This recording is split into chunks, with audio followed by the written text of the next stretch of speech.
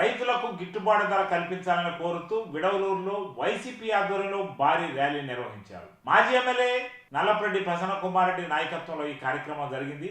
ఈ సందర్భంగా స్థానిక అంకమ్మ దేవాలయం సెంటర్ నుంచి తహసీల్దార్ కార్యాలయం వరకు ర్యాలీ నిర్వహించారు. ఈ ర్యాలీలో పలువురు వైసీపీ కార్యకర్తలు హాజరయ్యారు. ఈ సందర్భంగా స్థానిక తహసీల్దార్కి వినతి పత్రాన్ని సమర్పించారు. రైతులకు గిట్టుబాటు ధర లేదని, గిట్టుబాటు ధరకు అవసరమైన అన్ని చర్యలు తీసుకోవాలని, గత ప్రభుత్వం 3,000 కోట్లు రైతుల ధర స్థిరీకరణ కోసం ఏర్పాటు చేస్తే ఈ ప్రభుత్వం కేవలం 300 కోట్లు పెట్టిందని వారు పేర్కొన్నారు. ఈ కార్యక్రమంలో మాజీ డీసీఎంఎస్ చైర్మన్ వీరి చలపతి, వైసీపీ రైతు విభాగం అధ్యక్షులు పోన్ల చిత్రెడ్డి, నవీన్ రెడ్డి, దొడ్ల నిరంజన్ బాబు రెడ్డి, మావులూరు శ్రీనివాసరెడ్డి తదితరులు హాజరయ్యారు.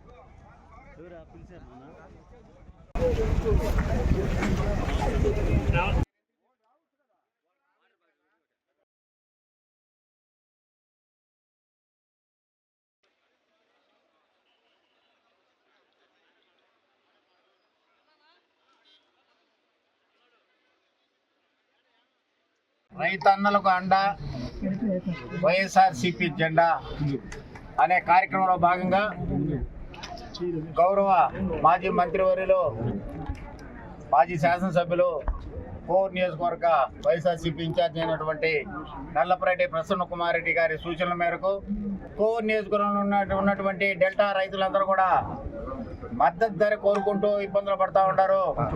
వాళ్ళ తరఫున మనం ఒక ధర్నా నిర్వహించి తద్వారా పాలకులు కళ్ళు తెరిచి జిల్లా అధికారుల దృష్టికి తీసుకెళ్లి ఏదైతే రైతులు ఇబ్బంది పడుతున్నారో ఆ రైతులందరూ కూడా మద్దతు ధర కల్పించే భాగంగా ఈరోజు ఈ ధర్నాలో కార్యక్రమం చేపట్టడం జరిగింది. మరి ఏదేమైందో కానీ మరి పోలీసు సోదరులు కొన్ని అభ్యర్థనలు చేసినారు. మరి ఇక్కడ అసెంబ్లీ జరుగుతూ ఉంది. కొన్ని ఇబ్బందుల కారణంగా ఈ మైక్ పర్మిషన్లు మీరు ఈ యొక్క ఏదైనా కానీ నినాదాలు చేయకుండా దయచేసి మీరు నెమ్మదిగా వచ్చి మీరు కావాలంటే వినతి పత్రం ఇచ్చుకోండి. తహసీల్దార్ గారికి విధంగా వాళ్ళ మాటలకి మేము ఏకీభవించి ఏదైతే పోలీసు వారు చెప్పారో అదే విధంగా కూడా మేము అక్కడి నుంచి నిరసనగా వచ్చి ఇక్కడ వినతి పత్రం సమర్పించడం జరిగింది. కూటమి ప్రభుత్వం అధికారంలోకి వచ్చింది, మోసాలు చేసి ప్రభుత్వం ఏర్పాటు చేశారు. మరి మేము అది చేస్తాం ఇది చేస్తామని చెప్పి ఎన్నో చెప్పినారు. నేను ఎవరి గురించి మాట్లాడటంలే.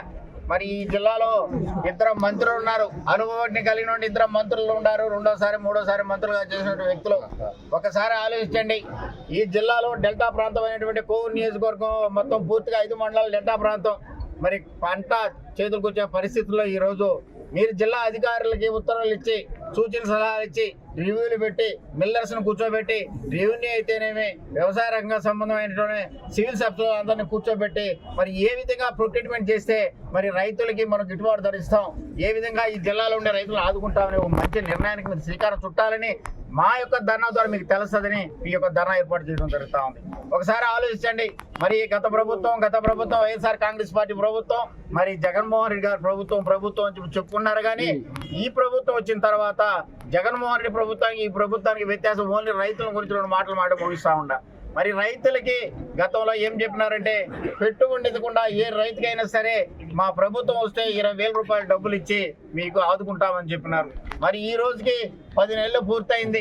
అదే వైఎస్ఆర్ కాంగ్రెస్ పార్టీ అధికారంలోకి వచ్చిన తర్వాత 2019లో మరి అధికారం వచ్చిన 3 నెలలకే నెల్లూరులో వేదిక చేసి ఈ యొక్క ప్రతి ఒక్క రైతు అకౌంట్ లో 13,500 వేసినటువంటి ఘనత వైఎస్ఆర్ కాంగ్రెస్ పార్టీది.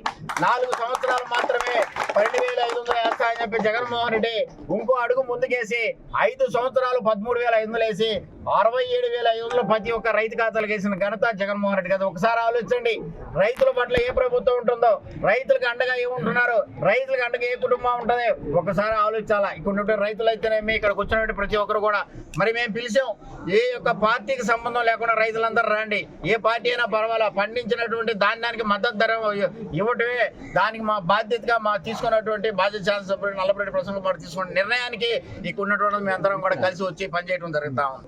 మరొకసారి ముందుకెళ్తే మరి గతంలో వచ్చేసి బీమా ఏదైతే ఉంటే ప్రభుత్వమే చెల్లించి ఏదైనా రైతులకు ఇబ్బంది కలిగితే నా వంతు నా ప్రజలు నా రైతులు అని చెప్పేసి గత ప్రభుత్వం ముందుకు వచ్చి బీమా కానీ వచ్చేసి ఏమైనా ఇబ్బంది జరిగితే బీమా కూడా ప్రభుత్వం భరిస్తూ ఉంటే బీమాను కూడా రద్దు చేశారు. గతంలో ఏదైనా కానీ ధర ఏమన్నా ఇబ్బందికరంగా ఉంటే ధర స్థిరీకరణ నిధి కోసం మరి అసెంబ్లీలో 3 కోట్లు కేటాయిస్తే ఈసారి వచ్చేసి 3,000 కోట్లు కేటాయిస్తే ఈ ప్రభుత్వం చంద్రబాబు నాయుడు గారి ప్రభుత్వం 300 కోట్లు మాత్రమే కేటాయించింది. అంటే ఒక 10% మాత్రమే కేటాయించింది. ఒకసారి ఆలోచించండి, రైతుల పట్ల వీళ్ళకున్నట్టు సిద్ధశుద్ధి.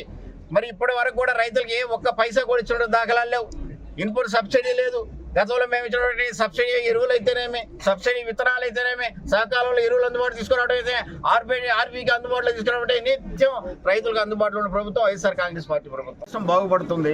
కాబట్టి రైతులకు అండగా ఉన్న ప్రభుత్వాన్ని మరొకసారి ఆదరించండి. అబద్ధాలు చెప్పి అధికారంలోకి వచ్చినటువంటి ఏ విధంగా చేస్తున్నాం ఒకసారి చూడండి. ఏదేమైనా ఈరోజు మేము ఇక్కడ వచ్చి మేము చెప్పేది ఏంటంటే కోట ప్రభుత్వం చెప్పినటువంటి ఏ వాగ్దానాలు కూడా చేయడం లేదు. దాంట్లో ముఖ్యంగా రైతులను పూర్తిగా విస్మరించింది. మరి ఇప్పుడు ఉన్నటువంటి అధికారులైనా కానీ రైతుల పట్ల చిత్తశుద్ధితో వ్యవహరించి మరి ఇక్కడ పండించిన ధాన్యానికి గిట్టుబాటు ధర ఇస్తూ మరి ఎలాంటి ఇబ్బంది లేకుండా మరి 20 రోజులు కూడా మీరు ప్రత్యేక అధికారులు నిర్మించి ఈ యొక్క కార్యక్రమానికి శ్రీకారం చుట్టాలని. గత ప్రభుత్వంలో జగనన్న ప్రభుత్వంలో 5 సంవత్సరాలు రైతులకి బ్రహ్మాండంగా ఫస్ట్ సంవత్సరం కూడా ఎందుకు షాక్ అంటే ఇప్పుడుండే ముఖ్యమంత్రి చంద్రబాబు నాయుడు పుణ్యాన మొదటి సంవత్సరం ఆ షాక్ మాకు తగిలింది. ఆ తర్వాత సంవత్సరం నుంచి మేము రైతులకి చిన్న ఎగ్జాంపుల్, ఒక రైతు ఒక ఎకరా పొలం కోస్తే 4 పుట్లో ఏదో 4.5 పుట్టి 4 పుట్లో పండిద్దాం 13 లెక్కన పండించుకొని ఒక ఎకరా ధాన్యానికి ₹1,00,000 వచ్చేది ఒక ఎకరాకి. అంటే ఒక రైతు 10 ఎకరాలు ఉన్న రైతుకి ₹10 లక్షల వచ్చేది 10 ఎకరాలకి. అలాగే ఈ రోజు ఈ ప్రభుత్వంలో కూటమి ప్రభుత్వంలో ఒక ఎకరాకి 2.5 పుట్టి అయితే మహా గగనంగా ఉంది. 2 పుట్లో ఏదో 2.5 పుట్టి 3 పుట్లు అయితే అబ్బా అంటున్నారు.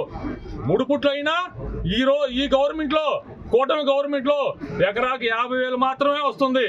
అంటే 10 ఎకరాల రైతుకి 5 లక్షలు మాత్రమే వస్తుంది. ఎంత వ్యత్యాసమో చూడండి.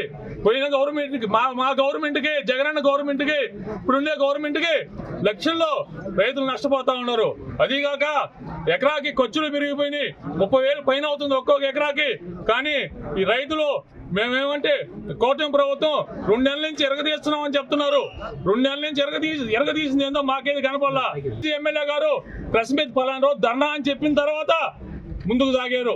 వీళ్ళు ఏడ ధర్నా చేస్తారో మనకేడ చెడ్డ పేరు వచ్చేస్తో అనే ఉద్దేశంతో తప్పితే 2 నెలల నుంచి వాళ్ళ ప్రయత్నాలు చేసినప్పుడు ఒక్క దాంట్లో నాకు ఒక బేల్ బస్తా ఏమైనా ఉందా?